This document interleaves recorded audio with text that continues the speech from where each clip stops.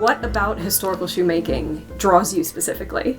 I like the sort of simplicity to it. You have to take your time with making it. You can't just whiz it through a machine. And I like the detective work. There's something a lot more satisfying about digging through little archaeological reports where there's a fragment of leather here and there's a little bit there and there's a paragraph in a book that somebody has written. That I find much more satisfying. You know, would I get this much joy from making modern shoes? I just don't think I would. Do you ever find yourself in the admittedly rather niche position of needing a pair of 15th century appropriate shoes? Because I have, that is very much the situation that I am in currently. But unfortunately, as with styles that went out of fashion 600 years ago, this is not exactly the thing that one can just go onto the World Wide Web and place a next day shipping order for. We're going to have to go to a shoemaker and have a pair of shoes made, which also means we get to learn about the process. So I'm about to head off to the countryside to go pay a visit to historical shoemaker friend Eva, who is going to teach us the surprisingly simple method of making medieval shoes.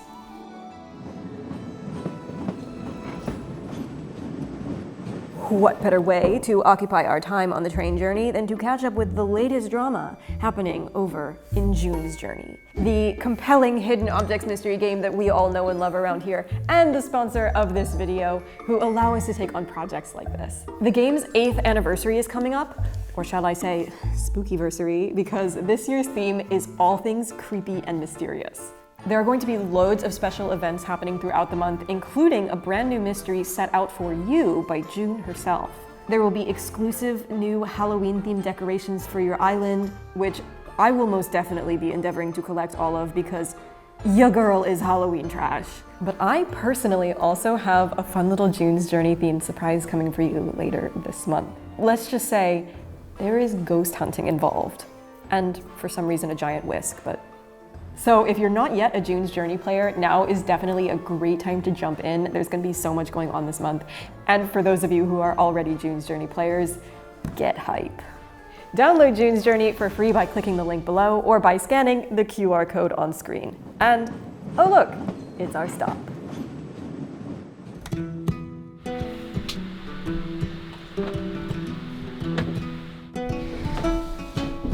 Welcome to Stan's workshop. Yes. He's the brains behind it all. It smells so good in here. Yeah, I love the smell of leather. Medieval shoes. What do you want to know?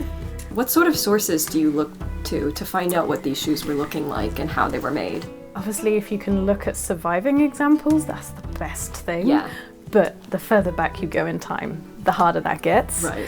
So looking at surviving shoes, looking at fragments of surviving shoes as well, you can often tell by sort of impressions left on the leather how they were stitched together. And then also in paintings and memorial brasses, because they often have their little feet poking out at the bottom. Yeah. So some of them you can see how they've laced up or the decoration on them, so they can be decorated in all sorts of different ways depending on how wealthy you are, style-wise. So when we think of medieval shoes, you always have the ones with the big pointy toes. Yes. And they're not that fashionable in the 1430s. The super-duper ridiculous pointy toes are kind of slightly earlier, and then they come back slightly later. So by this point, we're not quite going full Timothée Chalamet, but we No. still do have a little bit of point to There's the a shoe. bit of point. They're just a sort of gentle point to the toe. The love of my life is this book. If my house was burning down, this is what I would take. He's categorized all the archaeological finds into types of shoes by, you know, do they have a buckle? Are they side lacing? Are they slip-on? Look at these ones. So jazzy.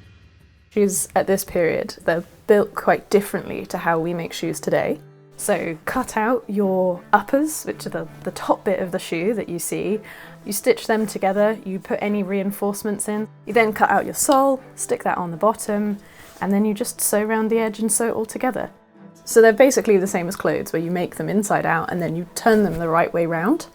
That has its pros and cons. It means you have a lovely, quick shoe that you can make, and it's quite flexible, and it's like walking barefoot sometimes. But it means you wear through them quite quickly, and so that's why later on they change the way they make them. But yeah, at this point we're very much in the heyday of the turnshoe. This old bit of leather sort of shows it quite well. Depending on where it is on the hide, it has different qualities.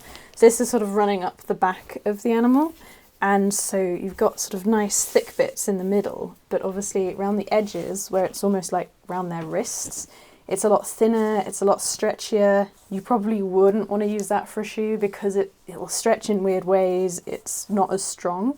You generally want to like use the sort of thicker middle leather in the middle of the back and sort of around the butt basically, that's the strongest bit.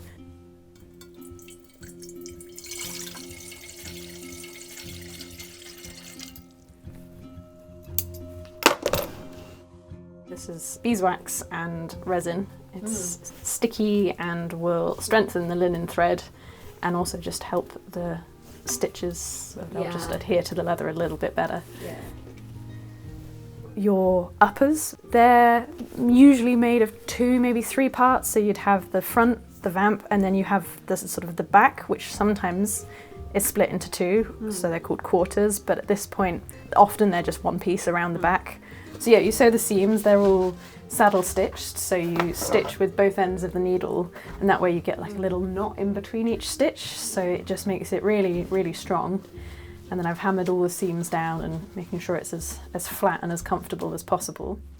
You put any reinforcements in, so I've put heel stiffeners, but you have them around, you know, if you've got seams for lacing, you put them around there, anywhere that there's going to be particular tension on it.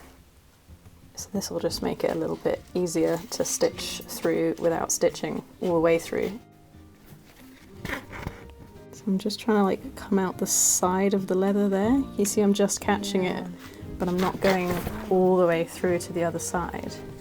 I've like tried doing with awls and all sorts of different ways, and it turns out just soaking it and doing it with a blunt needle is the easiest way to kind of do it. That's so cool. I'm sure this is a very basic question. I mean, obviously the shoes are like left and right. When did that become a thing? Is there a specific period? Has it always been like that? It's not a basic question. Oh yeah, no, that is actually a really not a basic question. Most early shoes we think have left and rights. I think Roman shoes have left and rights. Medieval shoes pretty solidly have left and rights. And then it changes in the 17th, 18th and early 19th centuries. That's when they become straight-lasted, which is where you just have, you're like a symmetrical foot basically. You have no left and right, you wear them into a left and right. And that's the abnormality, because then again, once you get sort of industrialization of shoemaking in the 19th century, you go back to having left and rights. So I'm not sure why they changed. Maybe it's easier to just make 10 straight-lasted shoes and instead of doing 5 lefts and 5 rights, which is a bit more effort. You have to have twice as many lasts than if you have a straight-lasted one. Because then people always go on about like, oh, well, you know, you'd swap them over so that you never had a left and a right. But I don't think that's true at all. I think the ones we've found that are like worn from the 18th century, we can tell that there's a left and a right foot. They're just made without it. You know, they're not swapping their shoes around every single day, because I think that'd be uncomfortable anyway. Is this similar to the shoe that we did for Greensleeves? Yes, Is that it was like a turn exactly shoe. the same? More or less. So Wow. I mean, this was my mock-up for Greensleeves, Okay. which you can see is a turn shoe. But I am going to add a rand to our pair, which is just a really thin strip of leather that's just sandwiched between the sole and the upper, and that just adds a bit of protection to that seam along here, stops too much water going in, and just makes it a bit harder wearing, which I didn't do for the Greensleeves ones, because the Greensleeves ones were just like, they were indoor shoes, they were never meant to be hard wearing, whereas if you're going to war, you probably want nice dry feet. Yeah. So I thought I'd try putting a rand in. Let's cut some leather. There it is.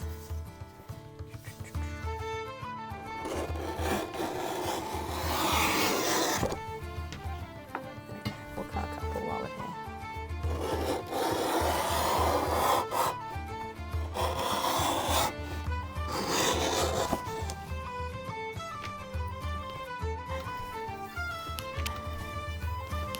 So I'm just gonna skive the edges of these down a little bit so that we get that sort of triangular shape, and that just means it sits a bit better against compared to just being sort of flat against.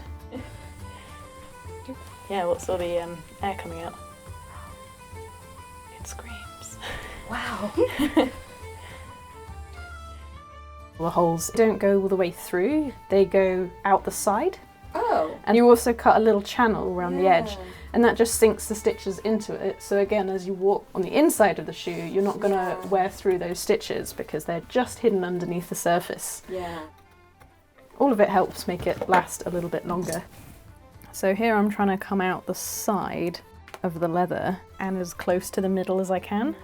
I don't want to be too shallow because otherwise you lose the strength, but I don't want to be right on that edge because otherwise you've got that piece of thread as close to the ground as it could be, and you kind of don't want that.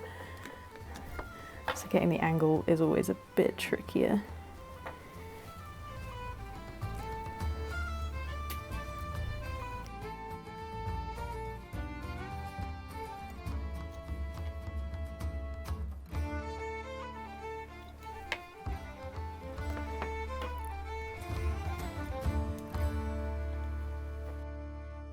You don't have to use shoe last for turn shoes. I have done because it's a bit easier to get the measurements right and to sort of build the shoe around the last. Let's put the sole on first.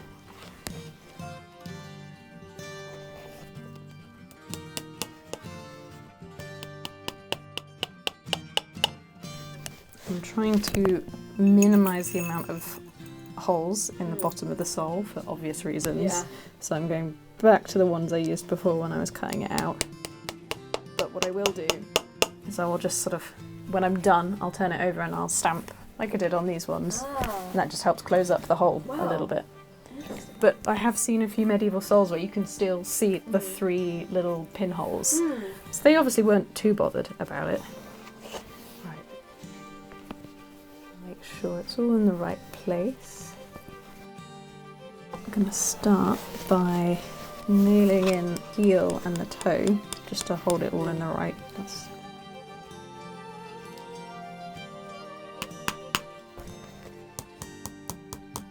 Obviously there'll be folds of leather, but I'm trying to make sure they are underneath because that will all get cut off later on.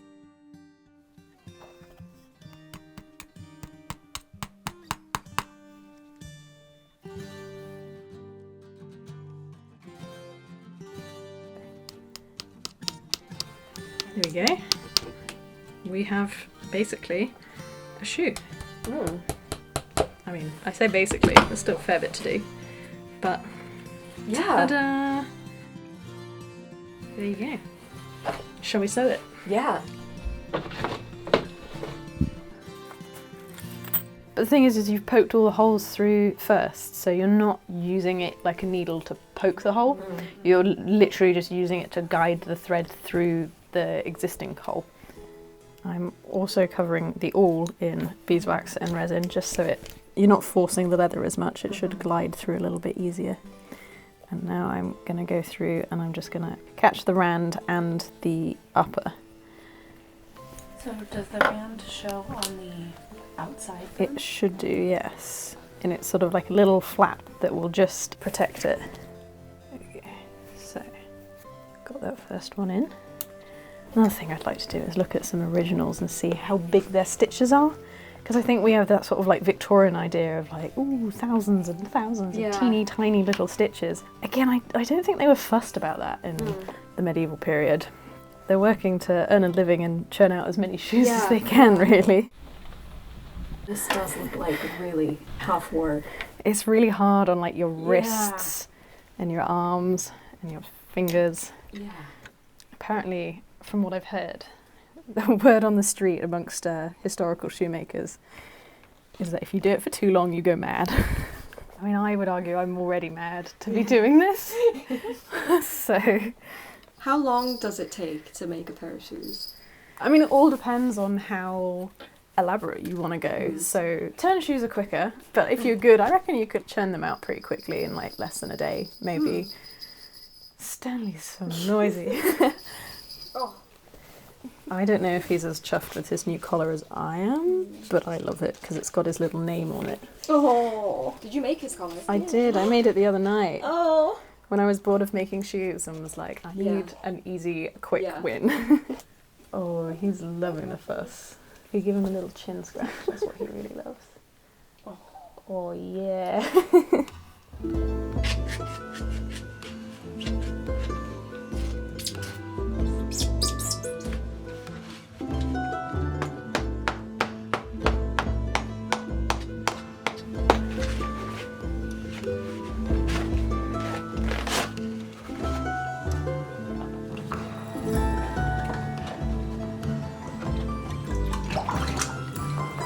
I'll sit in there for a couple of hours maybe.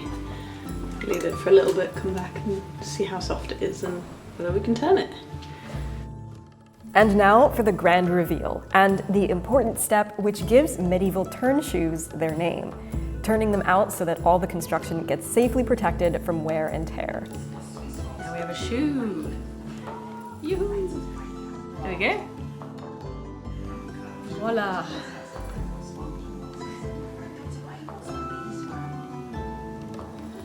The shoes have made their way back to our studio in London, and they've barely had a moment outside their packaging when they're immediately whisked back on a train for the next phase of their life. I took a moment to slip them on at the station just to get a feel for them, and oh my, are they lightweight. Personally, I love being barefoot whenever possible, and I love shoes that feel like part of my feet, so I was really vibing with these. The soles are super flexible, so you can really feel the shape of the ground under your feet, albeit a bit duller, so the rocky bits don't actually hurt, which I loved. I don't expect they would keep your feet very dry in the rain, which thankfully it wasn't today. And as I would discover later, after standing on a cold floor for a few hours, don't really do that much to keep your feet very warm.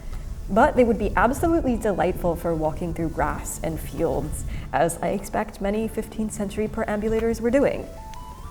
Perhaps less so, though, on hard roads.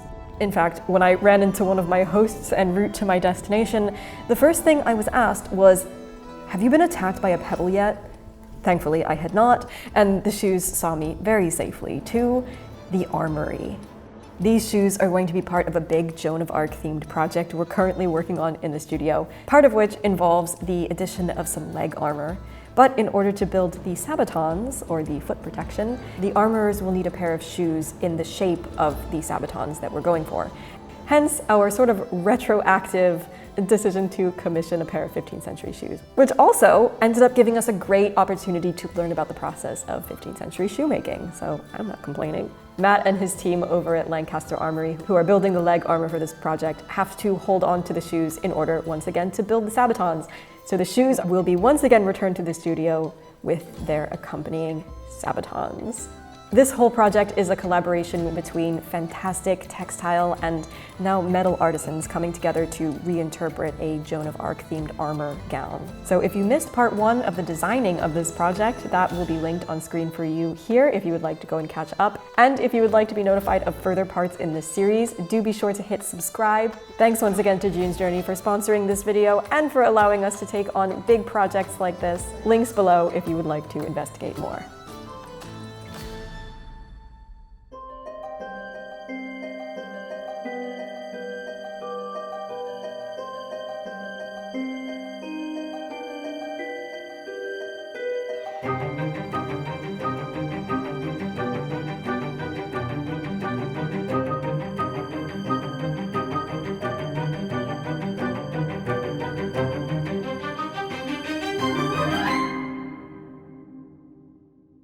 Stanley thinks he's hunting the door. You get him. What are you Oh my doing god, in Stan there? wants to be our new cameraman. I think he's found his calling here. Yeah. Camera Stan. Oh my god, you are a menace to polite society. I think we might have just as much Stan footage as we have leather working. That's fine with me.